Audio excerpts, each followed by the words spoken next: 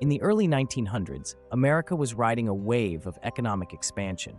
Railroads crisscrossed the nation, factories churned out goods at an unprecedented rate, and innovation sparked a fervor for investment. But beneath this glimmering surface, a storm brewed. Speculative investments became the norm, and an air of invincibility enveloped the financial sector. Banks eager to capitalize on the frenzy threw caution to the wind, often lending recklessly to businesses without adequate oversight. Failures began to creep into the banking system, revealing deep systemic vulnerabilities. Just before 1907, two prominent financial institutions, the Knickerbocker Trust Company and the Trust Company of America, faltered. Panic seeped through the financial fabric of the nation as depositors fled these banks, fearing that their hard-earned savings might vanish overnight. The closures sent shockwaves through Wall Street, yet instead of learning from these early warnings, investors doubled down, throwing more money into the ever-burgeoning stock market. Leverage became a ubiquitous tool of traders, creating an illusion of boundless wealth. People believed they could continue borrowing against their investments without consequence. The combination of overextension and reckless speculation left the economy precariously balanced on a precarious ledge. As financial institutions neglected the fundamentals of prudence, trust eroded, and the slogan, "You can lose everything," began echoing in investor circles. The tipping point arrived in October 1907. The seemingly unstoppable march of prosperity hit a rut. Stock prices plummeted as panic set in. In mere days, banks closed their doors and businesses faltered. The crisis gained velocity, swallowing entire communities and leaving citizens fear-stricken. Desperate depositors crowded bank entrances, shouting for access to their savings. Amid this chaos, trust evaporated. Yet this catastrophe prompted something unexpected, a call for reform. It became clear that without intervention, the financial system could collapse entirely. The public demanded changes, pushing their leaders towards acknowledging the need for oversight.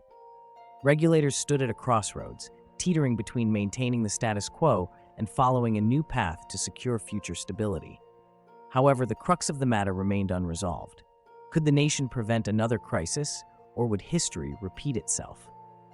As demand for reform surged, voices grew bolder, setting the stage for a conflict that would redefine American finance forever.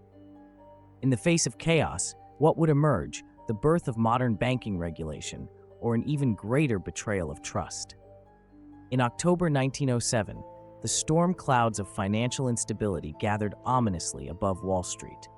It all began with a series of catastrophic failures. The collapse of the Knickerbocker Trust Company sent shockwaves through an already jittery banking system. Founded only a few years earlier, Knickerbocker was one of the largest trust companies in the United States, and its demise was a clear sign that something was terribly wrong. As rumors of insolvency spread, bank runs erupted like wildfire. Panic-stricken depositors rushed to withdraw their savings, fearing that their life's work could vanish overnight. The scene was chaotic. Individuals lined up around the block, pleading for access to their hard-earned money. Bankers, overwhelmed and desperate, scrambled to liquidate assets. Within days, the trust company closed its doors, leaving countless depositors empty-handed and hungry for answers. But it wasn't just Knickerbocker's collapse that triggered the crisis. The entire banking system was exposed as fragile and unprepared for such a shock. As one bank failed, the threat became contagious. Confidence in institutions rapidly eroded, fueling runs on banks across the country. No one felt safe.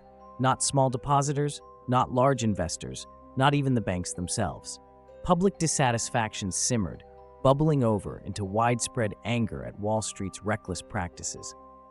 The excesses of the Gilded Age, speculative investments and margin buying, had lulled many into a false sense of security. But greed and mismanagement were the true architects of this coming calamity.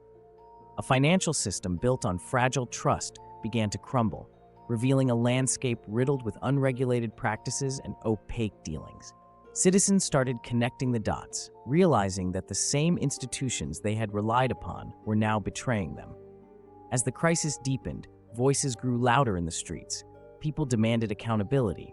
They wanted reforms that would restore trust, especially from those who held the keys to immense wealth and power. Meanwhile, the stock market, once a symbol of American prosperity, plummeted sharply. Brokerage houses teetered on the edge. The Dow Jones Industrial Average fell nearly 50% from its peak, sending economists, financiers, and policymakers into a frenzy of disarray. Speculative investments and charlatan practices were now under a microscope, and the urgency for reform surged. As the nation watched its financial landscape falter, a pivotal question loomed: who would step in to fix this broken system?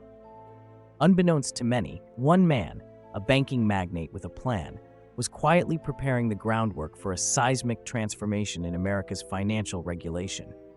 But would his efforts be enough to avert future disasters, or would they be overshadowed by the very crises that spurred them?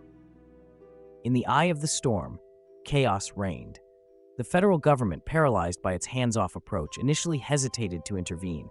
Existing mechanisms were deemed sufficient, but the panic cut deep. Bank runs spiraled out of control. People rushed to withdraw their savings, while a wave of closures swept through the nation. Trust evaporated overnight.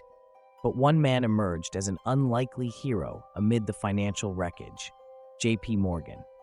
Known for his immense wealth and influence, he understood that without swift action, the entire banking system could collapse. On October 21, 1907, he called upon fellow financiers and led an extraordinary meeting. His mission? To orchestrate a massive bailout of troubled banks and restore confidence to a frightened public. Morgan's strategy was both bold and risky. He rallied the support of bank presidents and wealthy investors, convincing them to pool their resources. Together, they funneled money into failing institutions. This private rescue effort was unprecedented, revealing the stark reality that the government was ill-equipped to manage the crisis. As the crisis deepened, Morgan and his coalition stepped up to prop up the weakened system. The press dubbed this intervention a banker's conspiracy, but the truth was more mundane. It highlighted the dire inadequacies of America's financial regulation. With no central bank or significant oversight, the banking sector operated in a near-lawless fashion, driven by greed and short-sightedness. With each collapsed bank, public distrust surged. Citizens watched their life savings vanish, and frustration bubbled to the surface. The very institutions that should have safeguarded their deposits seemed to betray them at every turn. The cries for reform echoed in the streets, matching the heartbeats of those who lost everything. Mounting pressure from the public and financial elites alike forced the government to confront its inaction. The crisis became a catalyst for change, demanding answers from those who perpetuated the reckless practices of the Gilded Age. It was clear the nation could no longer afford to sit idly by. As the dust began to settle from the panic, whispers of reform circulated through Washington. But would these changes come quickly enough to restore faith among an increasingly skeptical citizenry? The question loomed larger. In the aftermath of the panic, would the government finally take control of the burgeoning financial system, or would the lessons of history remain unheeded? The Panic of 1907 sent shockwaves through the American economy, shaking its very foundations. Millions watched as their hard-earned savings evaporated overnight, fueling outrage and demanding change. In those chaotic days, it became clear that trust had been shattered. Citizens no longer felt secure in the hands of bankers who had mismanaged risk and acted with greed. The aftermath brought about a nationwide consensus: the country needed reform. As the dust settled, voices rose in unison, clamoring for government action to protect the public from the perils of unchecked financial power. Politicians took notice. They sensed the growing tide of discontent and the urgent need for accountability within the banking sector. The panic had exposed glaring weaknesses in the financial system, revealing how easily the economy could implode without proper oversight.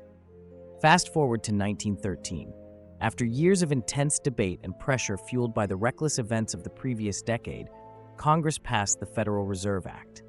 This monumental legislation marked a turning point in American banking.